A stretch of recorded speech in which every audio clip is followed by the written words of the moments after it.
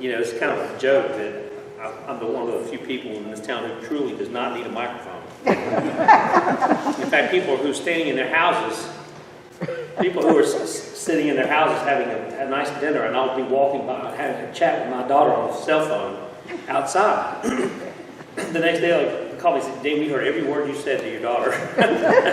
So I'm going to speak up enough, because I know we got folks that aren't artists who are here too, and I really, really do thank everybody. I'm extremely nervous. I kind of wish it was 3 people. But I'm honored to join the very, very fine list of folks who've done these talks and these tales of Tryon, including my predecessor, Mike McHugh. It's kind of hard to follow his footsteps. We've had some other wonderful presenters, and I really hope that y'all will continue to support the museum and keep coming to these tales, because they're going to keep getting better and better. So anyway, today, this was like climbing Mount Everest, trying to climb Mount Everest in a day. Tryon is known for a lot of things, and Tryon is known for its beauty, its natural beauty, the beauty of its people, the art, the culture, all the things that make us very unique, and especially so sophisticated and so multi-dimensional for a town of our size, less than 1,500 people. And part of that rich history is the built history, the built environment that we are so fortunate to be surrounded by, and a number of us actually live in.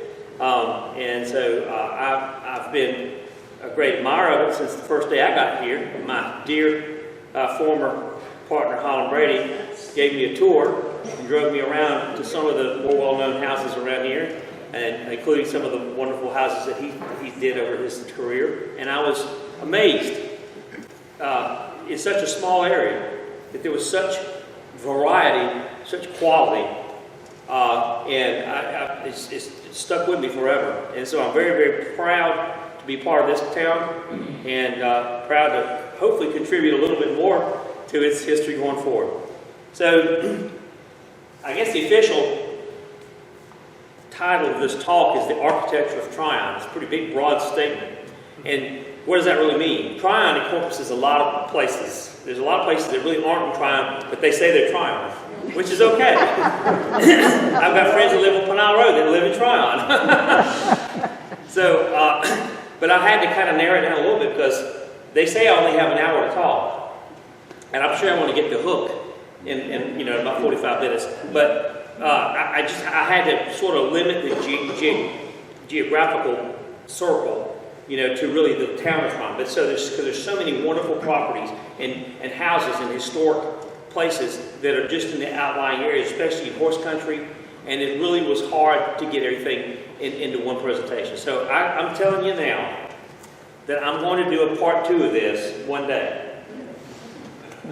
And hopefully it'll be a little bit easier than getting it all together for part 1. And so the parts that I couldn't get to today, I promise I'll get to next time.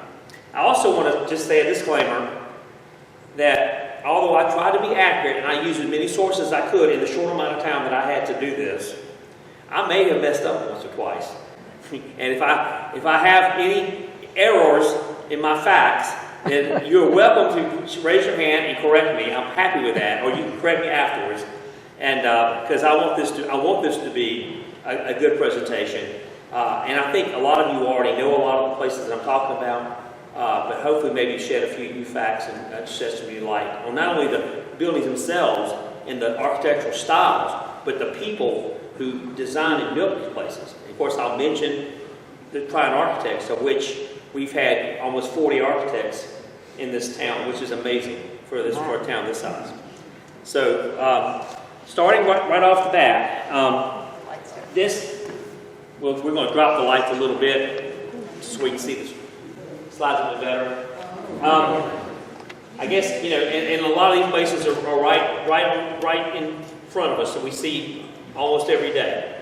But we may not know the history of it. Should you stand next to the screen so we can see? Stand next to the screen? Yeah. How's this? Perfect. Okay, great. Can y'all see okay? Okay, great. All right. So I wanted to start kind of in chronological order. And I tried to stay in much chronological as I could all the way through. starting with this house, which actually was not originally built in the location it's in. This is Seven Hearths. This is a house that was built in 1740. It's the oldest house, it's certainly the oldest house that I'm showing in my presentations, and definitely one of the oldest substantial houses in Polk County history. The house was originally built in Mill Spring. It fell into disrepair over years, and it just almost was falling down. It was actually saved by a fellow named Arthur Britman in 1934, and he took it apart very lovingly, very carefully, and moved it to its current location on Harmon Field Road, almost right across from Harmon Field. Also, you'll notice if you go turn on the Harmon Field Road, you'll see the little cabins that are right there. Those are the original dependency slave cabins that went with it. They were also moved. They're also from 1740. So we've got 1700s architecture right there, right in front of us, and so they all goes together, it's been lovingly restored and taken great care of by its current owners, and I just felt like it was important to include that real piece of history in the presentation today. It's a classic example of federal style architecture. You'll hear the terms used a lot: federal style, colonial revival, Greek revival, shingle style architecture, Tudor revival. Those are the preeminent styles that were sort of in vogue, the predominant styles of the day. If talking from the 1700s through that mid to late 1800s and then into the early 1900s, those were the styles that were most popular, which are reflected. What's nice, of course, is we're not just one size fits all. We have so many variety of architectural styles. That's another thing that makes us so unique. Anyway, another great house, although it is out of town, and I don't know where to stop, but this is another very, very historic plantation house that I couldn't leave out. It's the Mills Screven House. We know it as Screven Plantation, but the actual proper name is the Mills Screven Plantation because it was actually built by one of the Mills, one of the descendants of Ambrose Mills, who's the famous revolutionary soldier, British soldier who was hanged after Kings Mountain, but that's a whole other story.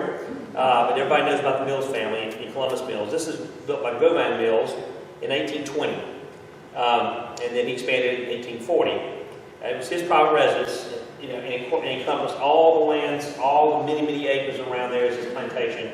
He sold it to a fellow named Mr. Ballinger, who was actually a mayor of Tryon back in the late 1800s. He sold it to him in 1885, and then Mr. Ballinger owned it until 1909, when he sold it to a fellow named John Montgomery in Spartanburg. And I'm familiar with the Montgomery family since I'm from Spartanburg. Montgomery immediately gave it as a gift to his daughter, Frances, who was Mrs. William Screven. And that's why we know it as William Screven Plantation, because she lived most of her life in there. And of course, they did an addition, and they also, of course, restored and took care of the house. And it's in beautiful shape. And today it's owned by a couple, Jeff and Sherry Carter, thank you. And they've done an amazing job to further restore. It's a real treasure. Those are some close-up views of the portico, the entrance, and the side, just to show you a little bit of the detail. Again, showing the colonial revival, Greek revival, and federal influences of that. It's a great example. So, I think there might be one picture. Oh, there's one more, and this is also out of the loop. But I felt like I had to at least show one example, again, of the plantation-style architecture that was documented in the mid-1800s. This is Blackberry Hill. This was also one of the Mills' houses, Mills family houses. This was also a large plantation. Now, of course, it's a horse farm in Home Country. But it was built in 1947. It's also sort of the federal style. It's very well known, long history, and I wish I could really go into the history of all these places, but we'll be here all day. So I'm just this is a sort of a very quick overview of these houses. And again, in future talks, I'll go into more detail about some of these. And I'm always willing to answer questions afterwards. So, and then after that, That's the back side of Blackberry Hills. Beautiful, beautiful setting. It's got gorgeous views, and it's a beautifully restored house inside and out. It's been lovely taken care of. With one addition they did on the side after the fact, but other than that, the house is exactly the way it was from the 1840s. Okay, so now we're back in town. We're back in the circle, as we say. This is the house I think most people know if you've been on Melrose Avenue. This is originally this is supposedly the oldest house in Tryon proper. It's currently owned by Robert Lane, our good friend, who's also quite the resident historian of Tryon. I really wish he would come up here and do this presentation because he knows a whole lot more than I do. He's sitting in the very back row. Robert's been nice enough to share some facts with me or reinforce some facts. This house, this land, for the most part, was owned by a fellow named Lynn Wilcox, who really was the master planner of Tryon as we know it today. And he developed the neighborhood that is now Melrose Avenue. There was actually a small cottage, a cabin that was there originally that he lived in.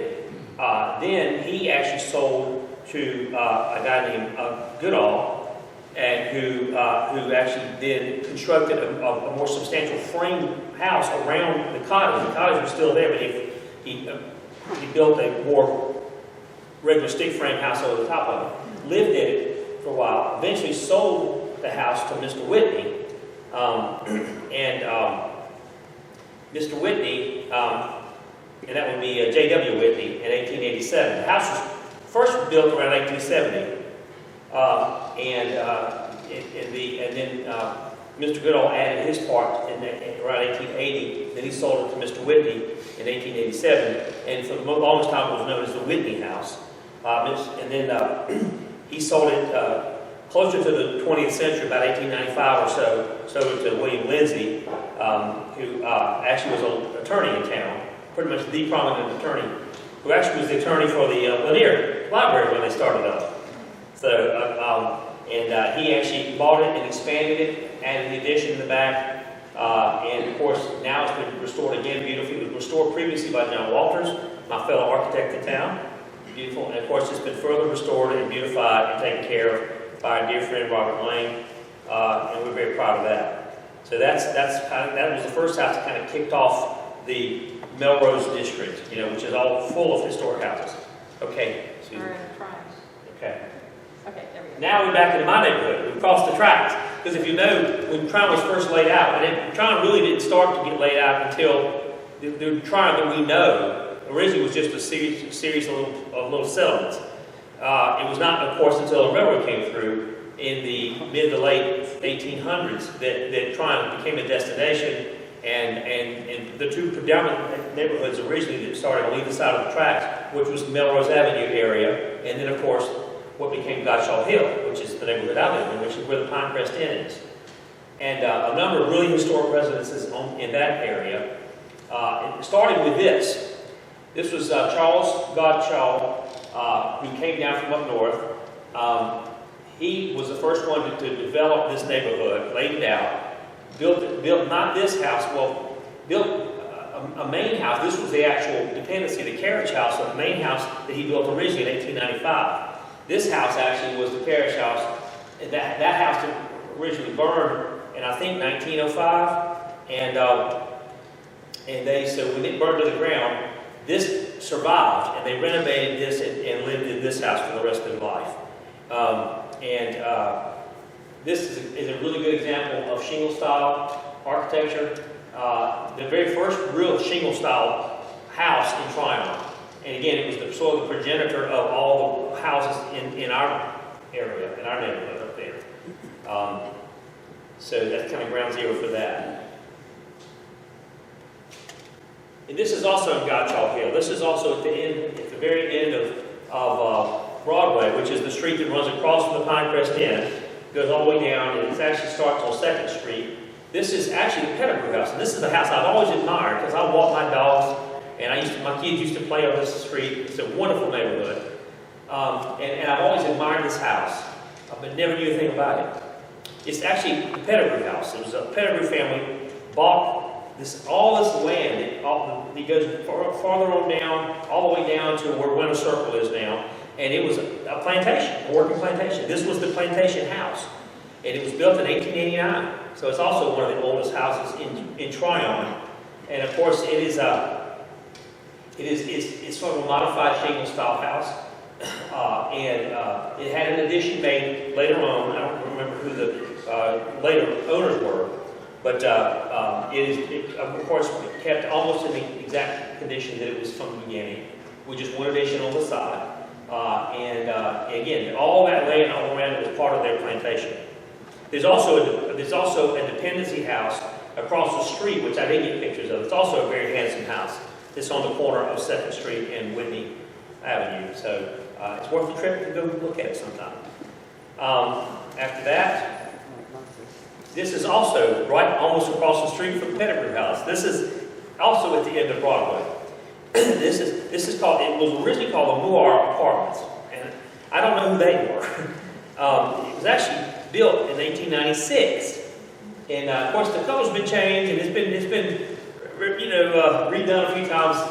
And actually the baluster across the front used to be sort of an ex-brace typical baluster of the period. It was replaced with more of a colonial baluster, probably in the 40s or 50s. But the house itself is exactly the same, and all the moldings and all the pediments and everything are as they were. They just weren't the same color. But built in 1896 by Mrs. Thurston. She ran it as an inn for a boarding house for several years, and then it became an apartment house, and it still is an apartment house today. It's been owned by several different people. It's a great example of colonial revival architecture. This is also in my neighborhood. And I swear, I'm just going in chronological order. All these houses in Gottschall Hill, particularly on this one street of Broadway, were done about in the 1890s, 1880s. And this was 101 Broadway. This is on the corner of New Market Road and Broadway. And again, right across from where you turn to go into the Pinecrest Inn. This was actually built in 1901 by a fellow named A.M. Bushnell. Can't tell you anything about him. He actually sold it. He lived in it for a while. Eventually sold it to the Masons. And this was actually the first Masonic lodge in Tryon. Just another little tidbit I didn't know. And of course, the Masons actually eventually moved over to where Mistledines is. They actually had their meetings in the second story of what Mistledines is, and we'll talk about that in a little while. And then of course, eventually the Masons moved to where the old Presbyterian Church was, which is now the Jeff Nelson up there on the hill, Freeman Hill. This was it was actually sold in 1944. It was lived in by the Bushnells for 40 years almost.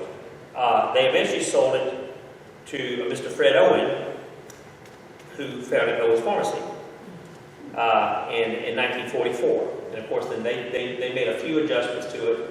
But again, the essence of the house has remained the same.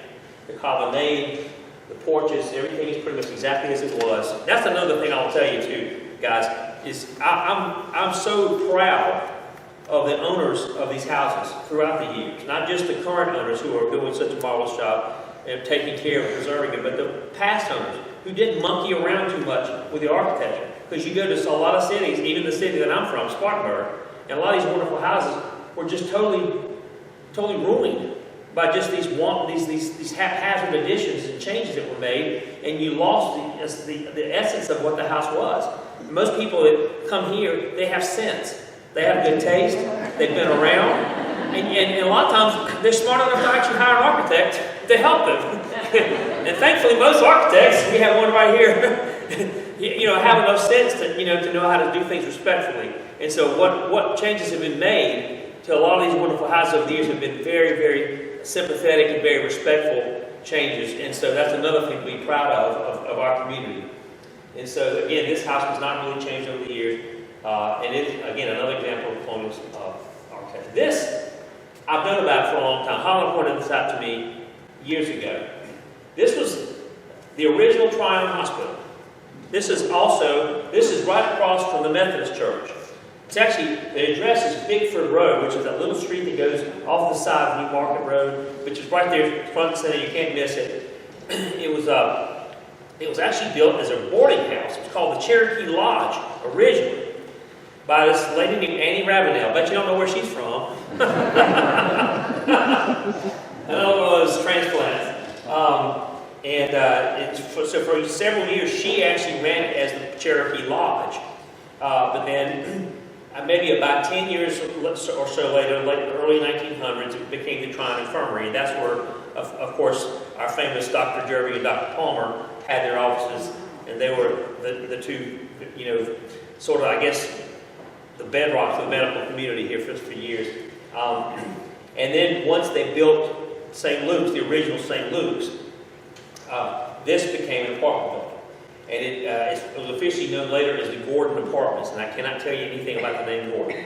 If anybody has something to say, I'll be happy to listen. But the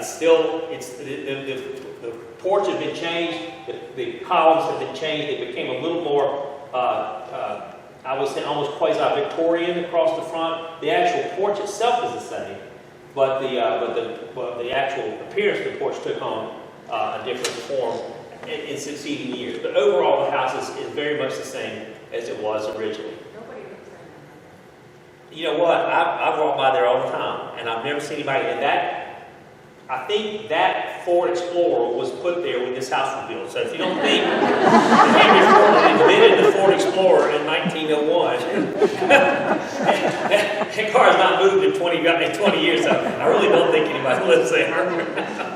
Anyway, that's a joke. Okay. All right, next.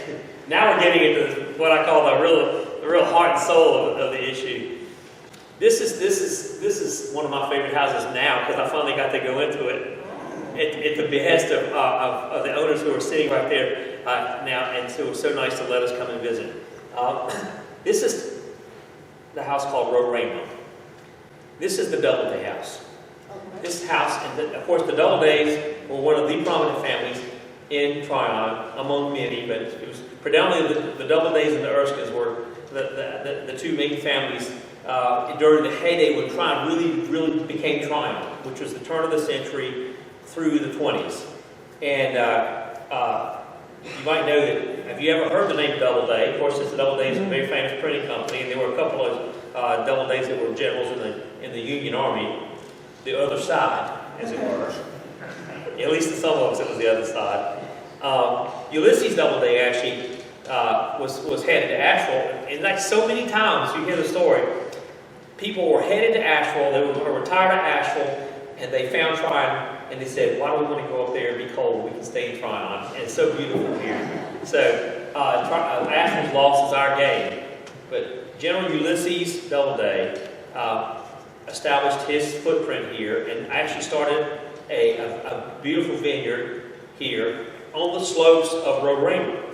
It was Ulysses' son, Harold Doubleday, who was a very famous horticulturalist, that actually built this house. The vineyards were already in place. Ulysses actually put the vineyards in place. Harold built the house and continued to take care of the vineyards along with his partner, Sidney Lanier Jr. Not senior, because Sidney Lanier Sr. only lived here for about 2 weeks before he died. But the house was actually designed by brother Lawrence Doubleday, who was one of the prominent architects in the history of Tryon. Lawrence Doubleday was trained at Princeton and not Clemson, and I can't claim anything. But also studied in Europe. But he was actually with the firm Shreve & Lamb in New York before he moved it down. Shreve & Lamb, you might know, you may have heard of them. They're one of the most famous architecture firms in American history. They designed this thing called the Empire State Building, along with a lot of other famous skyscrapers. He moved here, designed this house for Harold, and the house is amazing. And especially as it's been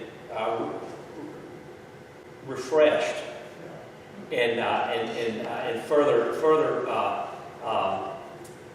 respected and beautified by its current owners who are here today with us, and it's a great honor to have y'all here. And so again, it was built in 1895, and It's a classic shingle style, and this was probably the first house that actually had a gambrel roof. If you'll go back and see the outside again, you see the gambrel roof. That's not something you saw very often around here. So it's another classic. And gambrel roof is like a barn roof that has two. You see, it's got two different slopes on it like that. Yes. It gives you more pitch. It gives you more room upstairs. It gives you a higher. More of a usable space upstairs. But it's a beautiful example of shingle style architecture. And the big massive chimneys and the big massive masonry fireplaces that are inside. And all kinds of neat spaces. It's just a great house. Yes, like that. That's the upstairs. That up here is the upstairs. And it's all kinds of neat spaces. It's great. And so that's enough of that for now. I will tell you too that Lawrence Doubleday designed another house, and I'm very, very sorry I didn't get to put in this presentation. I will next time for sure. Top of Piney, which is one of my very favorite houses in Tryon, and I'm just so sorry I didn't have a chance to get up there and take some pictures of it. But he designed that house as well. It was recently owned by the Lane family, and they just sold it recently. But that's another story for another day. Okay, this is an interesting house. This is not one of the prominent architectural treasures of Tryon, and yet it is historic. It was built in 1905. It's called the Cutting-Binker House. And the reason it's got two names is that the original family that built it was a fellow named Charles Cutting in 1905. The original house was a very handsome house, but it had a big wraparound porch on the front. And it was, again, when they moved, the house it was taken over by his heirs, and they didn't live here, and of course the house went into serious disrepair. And it was almost about to see a bulldozer until this fellow named Ernst Binker bought it. And Ernst Binker is another great architect that lived in Tryon, practiced in Tryon. A lot of times at the same time that Holland did. Famous for several buildings, including the Fine Arts Center and several other places in town. But Baker bought this house and totally changed the front of it. Took off the wraparound porch, put on this much more of a mannered portico on the front, and changed it more into almost a bungalow type house where you see the big heavy portals that stick out. And it's simplified, but I think beautified it. I think it's a very solid, beautiful house. And of course, the current owners are Dr. Metcalf, who runs the Tryon Equine Hospital. They were nice enough to let us come in and visit as well. So that's the nice thing about Tryon. You're walking down, you're taking pictures, and well, come on in and take some more pictures. So, you never meet a stranger around here, that's for sure. Anyway, so that's an interesting transition from what was more of a Queen Anne Victorian to more of a simplified, bolder bungalow-style house. And so that's that. That's also on Melrose Avenue, another one of the historic houses in Melrose. Now this is just off Melrose Avenue and Melrose Circle. This is the house designed and built by one of my very favorite Tryon architects from the ages past, called J. Foster Searles. And Searles designed some of my very favorite houses in this town, in several different styles. A lot of the Tudor Revival style, the bungalow style, which is what this is. This is the Searles Stearns house. Okay, this house was built in 1911. I love this house. It was Searles actually lived in this house, built it in 1911, and lived there until 1915 when his wife died. And then he moved to another house in Tryon. Actually moved across the street. He designed and built himself a little stone house right across the street and lived there until he left town. The rumor has it that he went to the Seychelles and lived the rest of his life on an island surrounded by young ladies. Not a bad way to retire, I think. But I love his house. He designed a lot of the neat little houses down there. You'll see another one coming up. But then he sold the house to his sister, Mrs. Louis Stearns, and I'm not sure if they're connected to Stearns as in Stearns Center, Stearns Park, and all that. But anyway, it's a great combination of the bungalow arts and crafts style and some of the Tudor Revival with a half timbering. And again, it's in the same shape. You look at the historical pictures, you look at today, you can't tell the difference. So once again, we're very proud it's been taken care of. Okay, Susan. Now, I know Chris Thomas is going to love this slide. This is actually, the official name for this is the Tryon Lodge. It was built actually as a rooming house in 1904, started in 1904, finished in 1905. I absolutely love this house. We were nice enough, we were actually walking, making our rounds, and the current owner also was nice enough to invite us in and show us around. And they're ripping this thing down to the studs. I mean, but they're doing it lovingly, and they're doing a fantastic job. So one day, he says he's going to open it up and have an open house and invite everybody to come visit, because it really is a historical treasure in this town. It's been several things over the years, but it was built to be a rooming house, and probably one of the very first rooming houses. Correct? Right. Chris, you lived there for a while, didn't you? That's long enough. Okay. Okay, next. I guess everybody knows what this is. And I'm trying to keep it simple here. I think everybody knows a little bit about the Lanier Library, but I'm just going to give you the real quick highlights. This building has been for many years the sort of a cultural, literary hub, heart and soul of this town.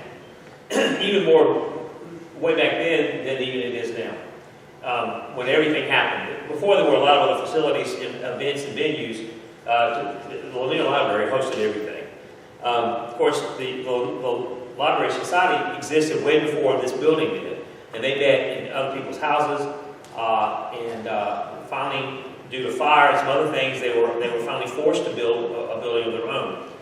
And so, in 1905, Mr. Charles Erskine, who you've heard about and you will hear about again, donated the land to build this library that you see.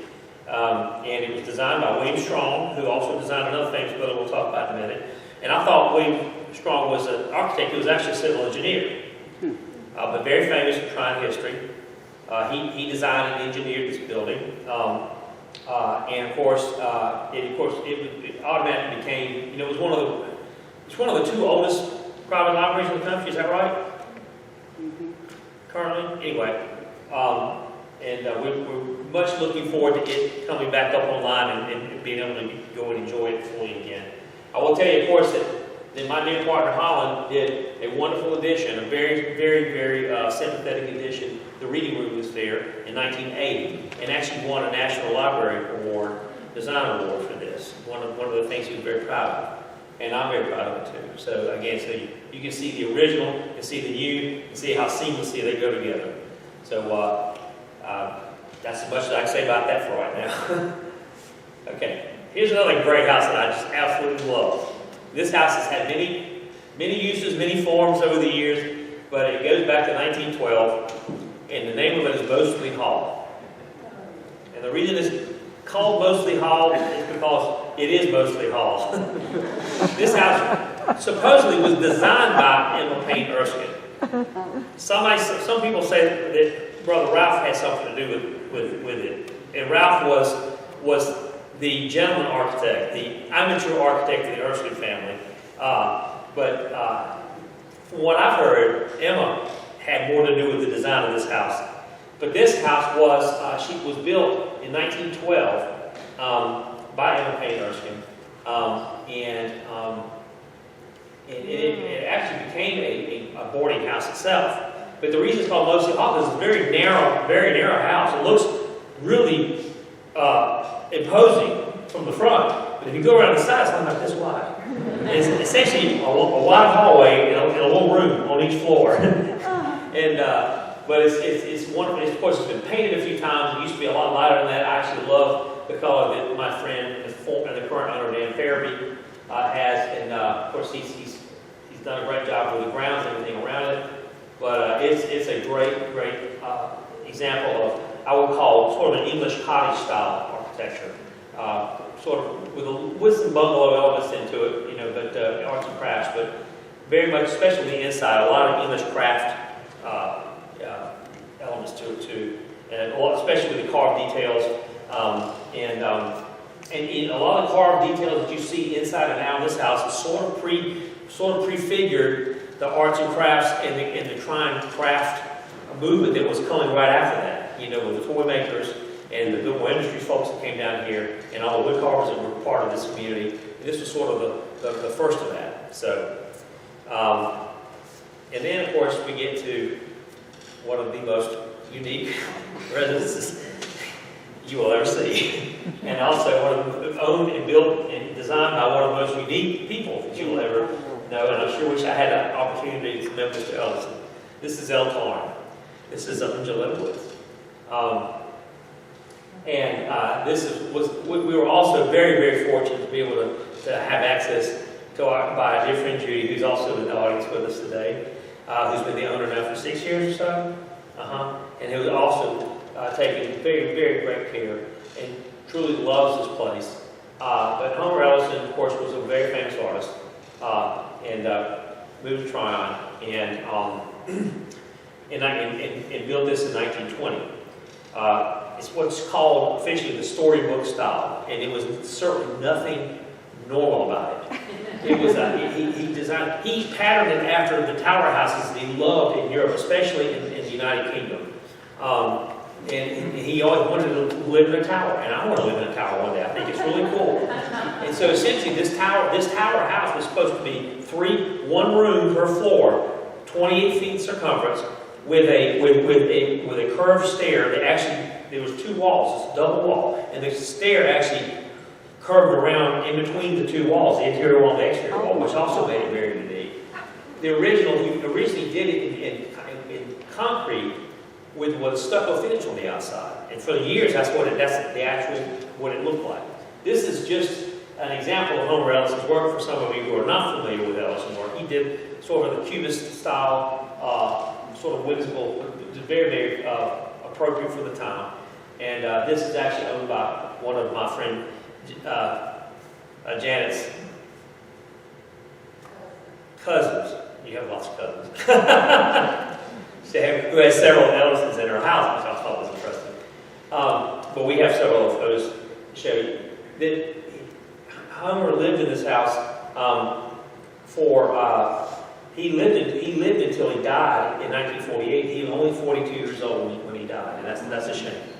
But of course, that's the original interior. The interiors now are not exactly like they were back then, but a lot of them are very similar. But a lot of unique spaces in shapes and forms. Ellison's widow actually continued to live there until 1952. And then she sold it to a lady named Violet Parrish Watson, who was very famous, of course, and was part of the Erskine family, one of the daughters of the Erskines, who also was famous for the large bequest she made to make it possible to try and find our center. But Violet Parrish Watson, bought this house from Mrs. Ellison in 1952. And she proceeded to do a big 3-story wing addition, and she did it out of brick. And at that time, she went back and bricked the original tower, so it would match. It didn't quite match because the new wing had a little bit different brick than the old wing, but it's certainly but there you can start to see the curved outer stair that takes you up, and then you can see the really unique balconies too, with the really neat ironwork that he designed most of the original ironwork. And there's the original iron gate of the entranceway. And it's not just the house, which is so amazing. It's the gardens and the grounds. And of course, Judy's doing a fantastic job taking care of those. They're just lush grounds, and there's a geometric pattern to the gardens that you don't appreciate till you get up into the tower and look down and see. And the gates and the walls around the outside, there were with all the original ironwork that's there. It's one of a kind, and so it's, again, I could talk for hours about this house, but we have a lot more to go. Anyways, it's on Glen Walden Circle, so it's sort of being very close to Old St. Luke's Hospital. If you go up Carolina Drive, it's real close to when you first get into it. It's right in town. That's one reason I decided to include it, not only because it was a great house, but because it still kind of fit in the city limits of Tryon.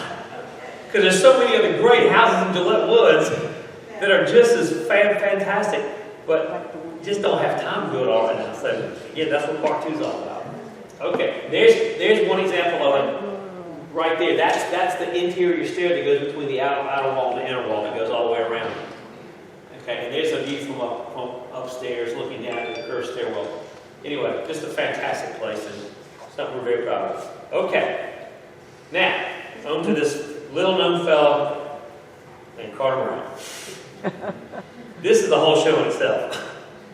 But I figure I got to at least run through real quick and at least pay homage a little bit to Carter Brown, because of course we wouldn't be trying without Carter Brown.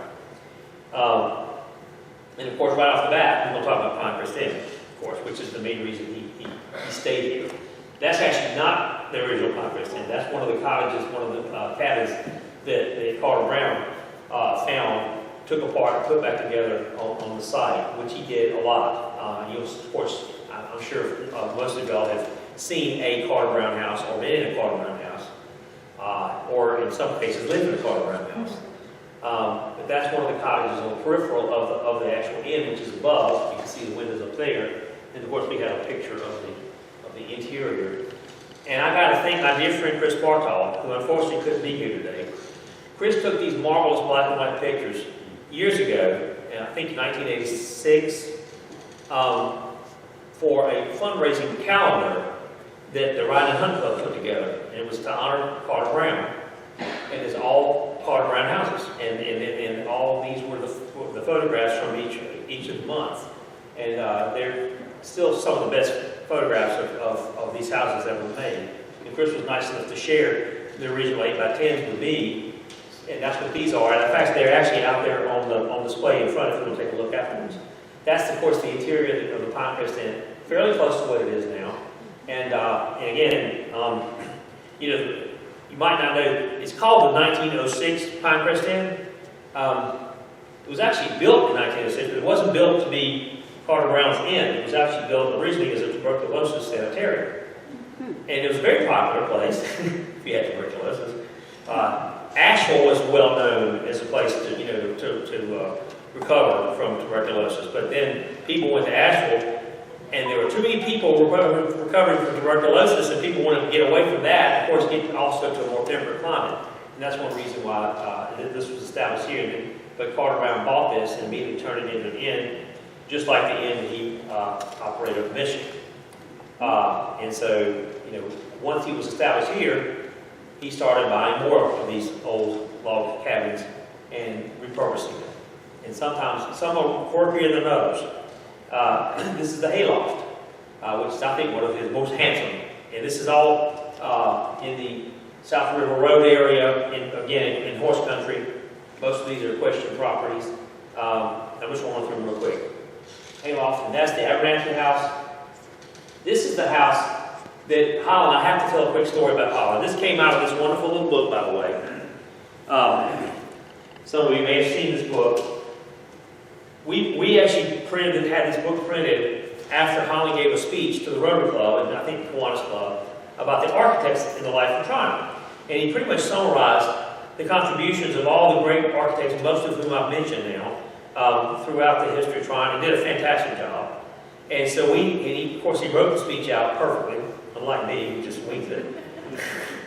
And we did this as a tribute to Holland, and we actually made this little book that we sold when we did his retrospective exhibit after he died in 2013.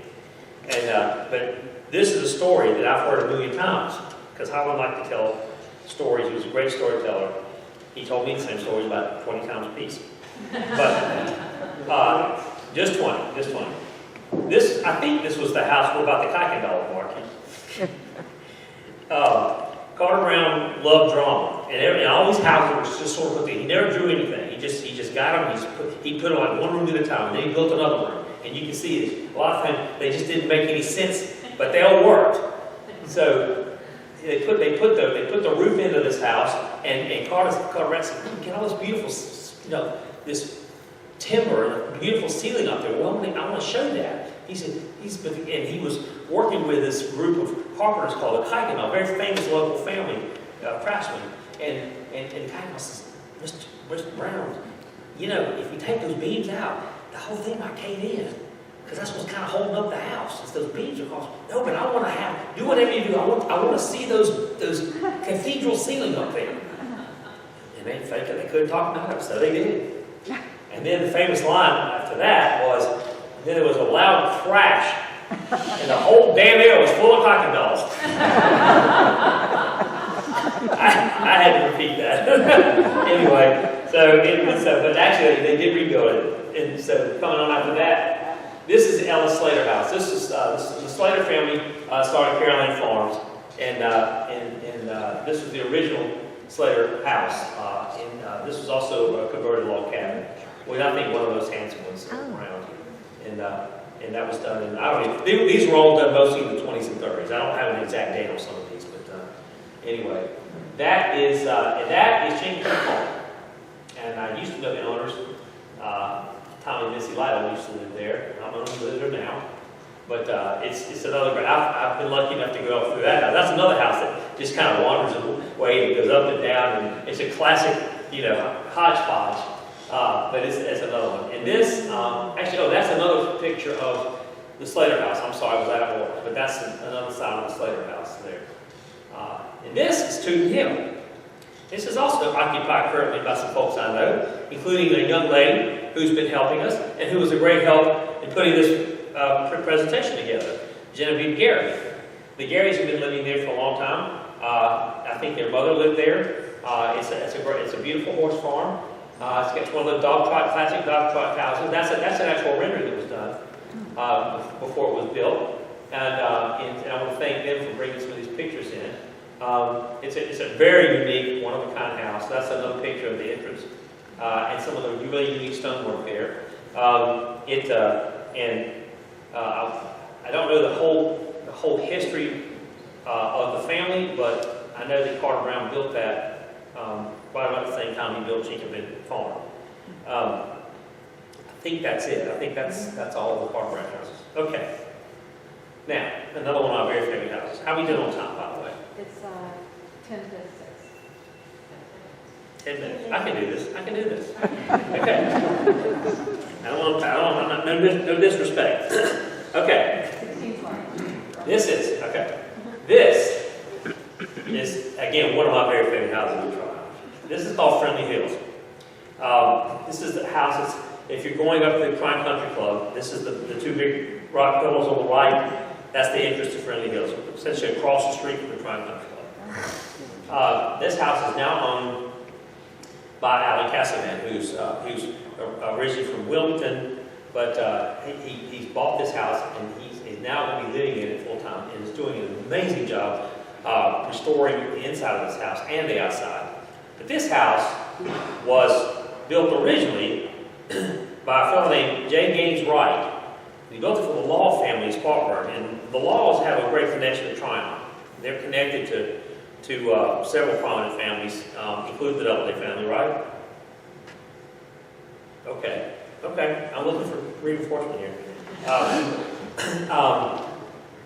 But the Laws sold the house. It was built in 1924 originally, and the Laws lived in it until 1936. And they sold to this lady named Margaret Culkin Banning, who some of you might know was a very prolific writer, very famous author. And she wrote and lived in this house and lived in Tryon for I think, her whole life. That's Tudor Revival. Yeah, that's a classic Tudor Revival home in all ways, inside and out. Again, he's restoring it, perfectly restoring the windows, not replacing the windows, restoring the windows, and that's quite a task in itself. But the woodwork, he's bringing it all back to its former glory.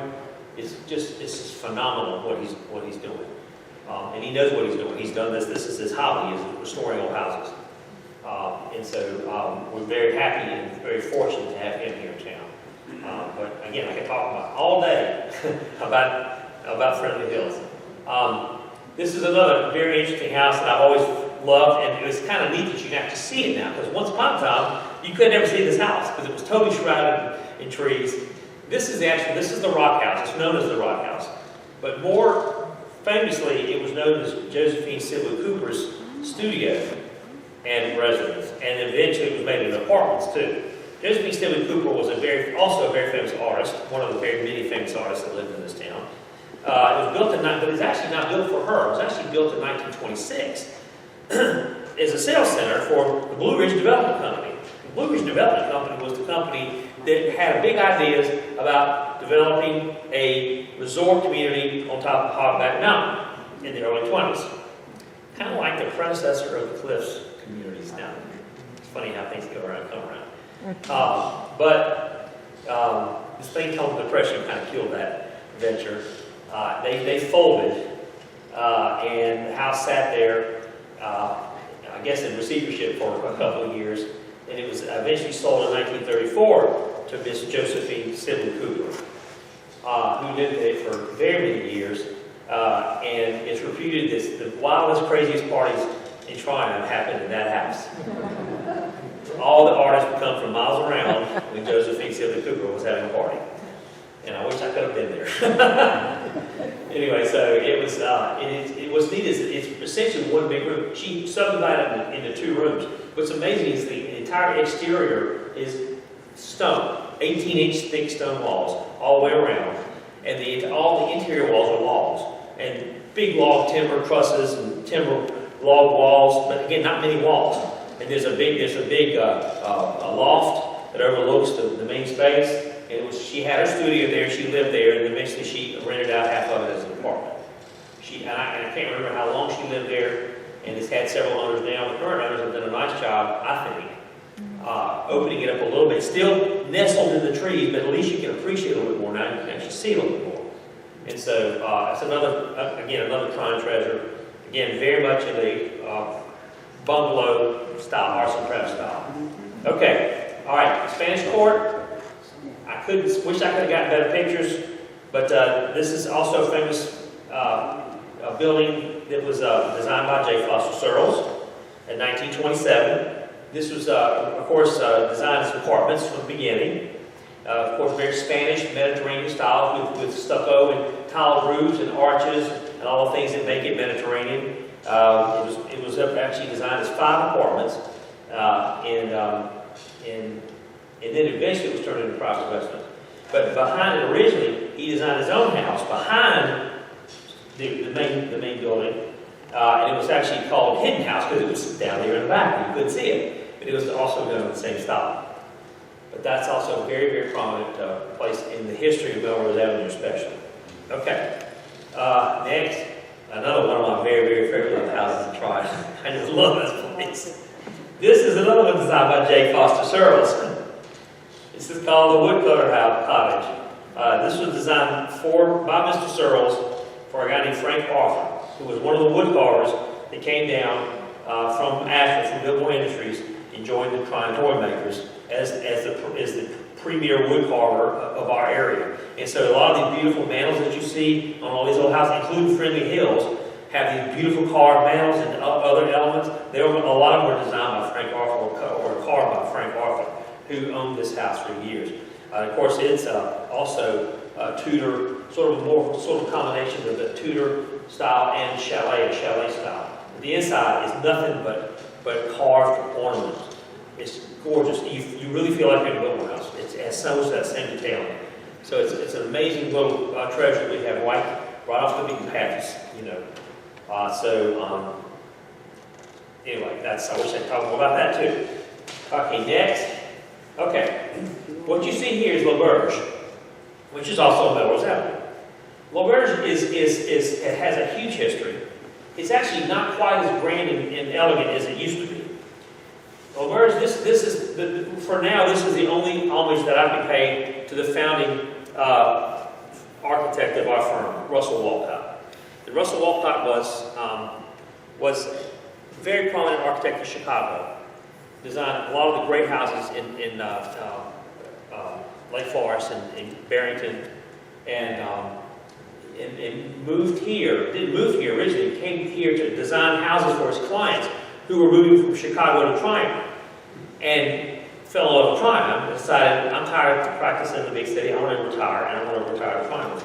So he did. He was not intending to open up his office again, but his former friends and clients found out about him and came down here, and he was I guess implored to open up a practice again, and thank goodness he did, because he not only found our firm in 1936 is when he left Chicago and came to Tryon. Very soon after he left, he designed this place, which was actually it was an apartment building from the beginning, but it actually had a lot of really neat facilities. It had a 4-star restaurant a long time ago. It's been simplified over the years, and I wish I could have seen it, back in its glory days. But it's got one very famous resident that you may have heard of, and this is another story that Holland used to love to tell. If anybody actually knows the name Catherine Tobin, some people do. Well, actually, her name is Catherine Tobin Wright. She was Mrs. Frank Lloyd Wright. She lived in Tryon on Melrose Avenue. After she divorced Mr. Frank Lloyd Wright, one of 4 women that divorced Mr. Frank Lloyd Wright. She was the best one, though. It's like Ernest Hemingway. He should have quit at number 1 because she was a wonderful lady. And the cool thing about it is she lived there when Holland was a boy, a high school student, was working at the Linnear Library. And she didn't get out much by the time she moved here. Holland would deliver her books twice a week and sit and listen to stories.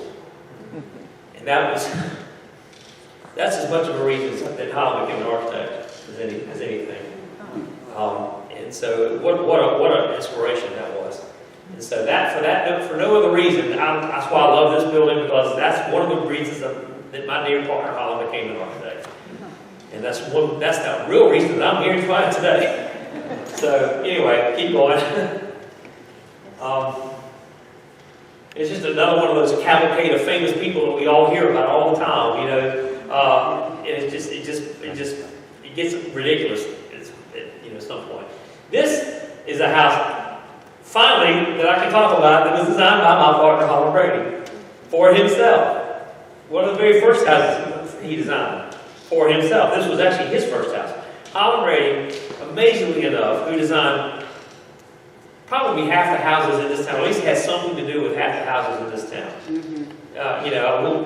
We'll never outlive the legacy of that great man, who's such an inspiration, and to me, it still is every day. It doesn't hurt that his portrait is staring at me every day when I walk in the office. So I have to stand up a little straighter when I get to work.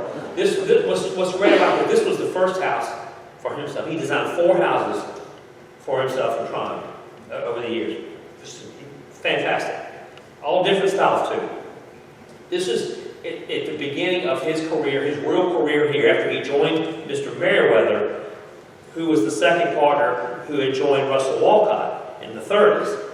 And Merriweather then invited Mr. Brady to come in after Mr. Brady had graduated college at the University of Michigan, and interned in Chicago, who actually interned for a very famous architect named Paul Schweiker, and I'll tell you about the house that he's designed for Mr. Schweiker while he was in Chicago for Tryon, North Carolina. Strange coincidence. But what's cool about this house was essentially basically a simple square with a diagonal pitch. Instead of a gable running down the middle with a ridge running right down the middle of the house like a standard, he did it on the diagonal, which is almost like a folded plate. And the reason he did that, because the house was sited perfectly to have both the mountain view and the perfect sun. And it's actually the ridge of that house is actually on the north-south axis directly. And that was Holland, I think, one of his greatest talents was being able to know exactly where a house needed to go. Siting the house perfectly, taking into account the views, the breeze, the sun, and everything, the context around it. And I'm still amazed how natural his houses feel on the site. And so that's what's great. And then my very good friend Bob George from Charleston, moved up and bought this house, but it wasn't quite big enough for him. It was not a very big house. Mark can tell you. That's my bedroom. That's the bedroom up there. Well, they needed another bedroom to make it more livable for themselves. So that's how they wanted to do an addition.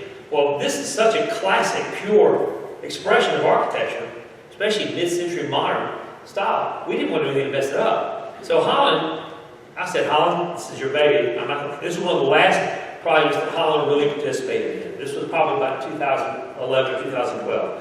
And Holland he took a piece of scratch paper and he pulled it out and he drew a square, drew the diagonal part. He says, see, there's the pitch right there. He says, now this is how we're going to do the addition. He drew a little square right next to it and put a diagonal going the other way. He says, that's the pitch and this is the sum of the pitch. Another little Holland Brady joke, thank you. Anyway, but that was genius in itself. Because that way we respected the original. We complimented the original, we didn't violate the architecture, and it worked out beautifully for them. It's a wonderful little master suite for them with a beautiful bathroom and a great view looking out over the mountainside. Because this is up on Country Club Heights, which was owned by Shields' family, the Flynn family. It was your dad that bought the mountain, the hill which was Country Club Heights, sits over the top of the Country Club. And on that hill, I don't know how many houses are. I think there's 6 or 7 houses up there. And 5 of them were designed by either Holland or Holland's brother-in-law, Shields' brother, Ligon Flynn, who was a very prominent architect, very well-known, very respected architect, who started to practice here, but then moved to practice in Raleigh, and then ended up moving to Wilmington and designed very many famous houses down there, and also some other famous buildings like the Brookgreen Gardens Center and some other places. But he was extremely prolific and well recognized and honored throughout his life. And he designed the house we're going to talk about next. This is called Serendipity. This was the house for Mr. and Mrs. Robert Flynn, who is Shields' father, and Ligon's father, and Carol and Brady, and Mark's grandfather. And I'm amazed that Ligon designed this house when he was still a student in his estate in 1952. It's a wonderful example of mid-century modern architecture. And it's another thing we've got. We've got this wonderful old architecture. We've also got some really classy modernist architecture. Primarily thanks to, these two guys. And it was done, and unfortunately, they didn't live there that long, did they? Probably about 4 or 5 years. Well, yeah. Then he eventually designed the second house for them after that. Yeah. This is fantastic. This is almost like a Frank Lloyd Wright, especially the interior. Show them the interior too. It's amazing the light glass and how white and airy. Just a dramatic house.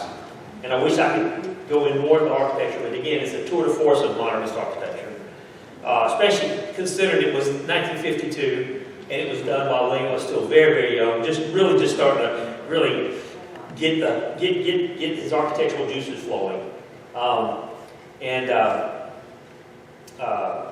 That's all that for now.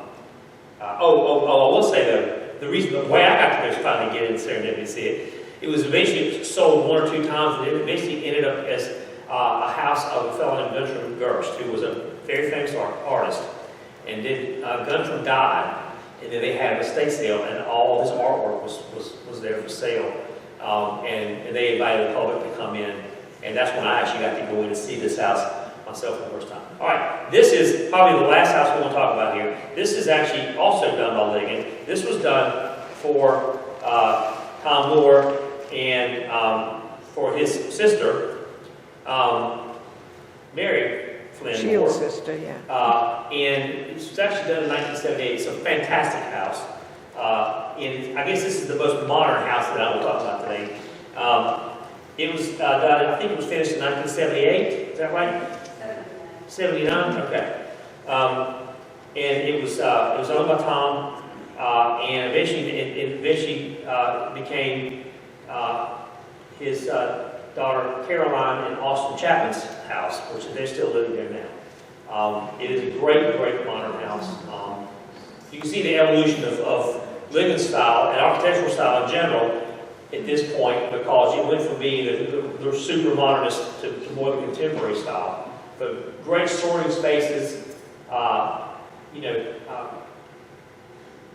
interconnectedness of all the spaces together. You can actually stand in one place and see all points of the house, and that's something that Lincoln and Holland were both very good at sight lines.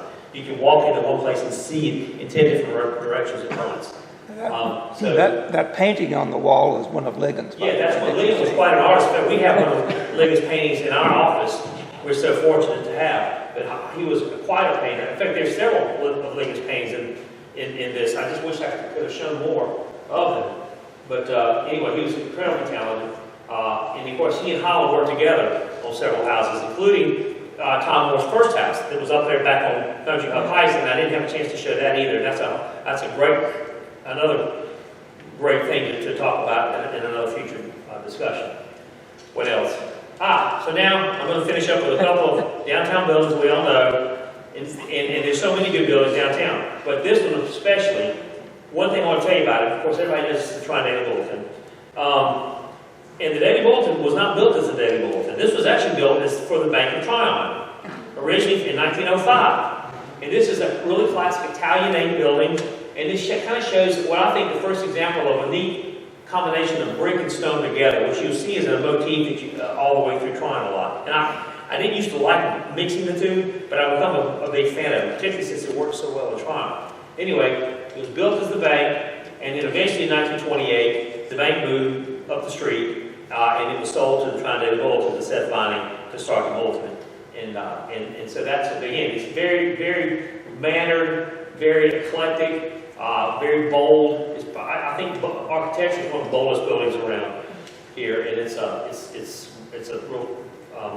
real treasure in itself.